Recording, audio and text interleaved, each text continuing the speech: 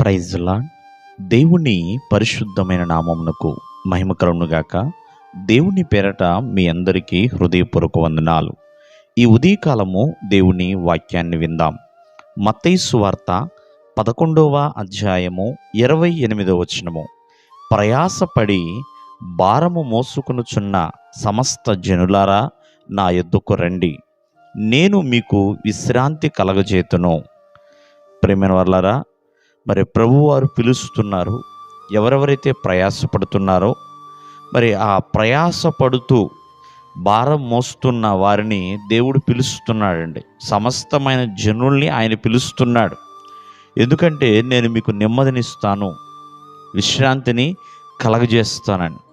ప్రభువు స్వరం విని, ప్రభువు యొక్క మాట విని ఎవరైతే ప్రభు యొద్దకు వస్తారో వారు నెమ్మదిని పొందుకుంటారండి. చూడండి, ఆ దేవాది దేవుడు ఇచ్చే ప్రశాంతత ఎంతో నెమ్మదిని కలగజేస్తాయి.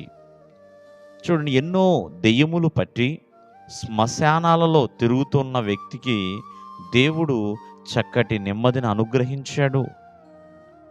సేనా దెయ్యములు పట్టిన అతను ఎంతగానో నెమ్మది పొందుకొని, ప్రభువుతో, అయ్యా నేను నీతో ఉండాలి, నేను నీతో వస్తాను అంటూ మరి ప్రభువుతో వెళ్ళడానికి తను సిద్ధపడ్డాడు.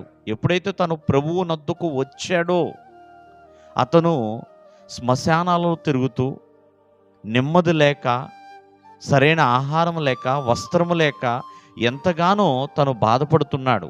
ప్రభువు దగ్గరికి వచ్చినప్పుడే అతనికి నెమ్మది కలిగిందండి. ధనవంతుడైన అధికారి అయిన జక్కయ్య కూడా డబ్బు అయితే ఉన్నది, కానీ తనకు నెమ్మది లేదు. ఎప్పుడైతే ప్రభువును చూడాలనుకున్నాడో, ప్రభువు తను పిలిచినప్పుడు జక్కయ్య త్వరగా దిగుము అని ఎప్పుడైతే చెప్పాడో, ఎప్పుడైతే జక్కయ్య ఇంటికి ప్రభువారు వెళ్ళారో, అప్పుడే జక్కయ్య ఇంటికి కూడా నెమ్మది వచ్చింది. ప్రభువు ఈ దినము నిన్ను పిలుస్తున్నాడు. పిలుస్తున్నప్పుడు ఆయన ఎందుకు రావాలి? ప్రభు ఎద్దుకు వస్తే ప్రభు ప్రతి ఒక్కరికి కూడా నెమ్మదిని అనుగ్రహిస్తాడు, ప్రశాంతతని ఇస్తాడండి. ఎంతోమందికి ఆయన ప్రశాంతత ఇచ్చినవాడు. తన దగ్గరకు వచ్చిన వారిని ఆయన ఏమాత్రము కూడా త్రోసివేసే దేవుడు కాదండి.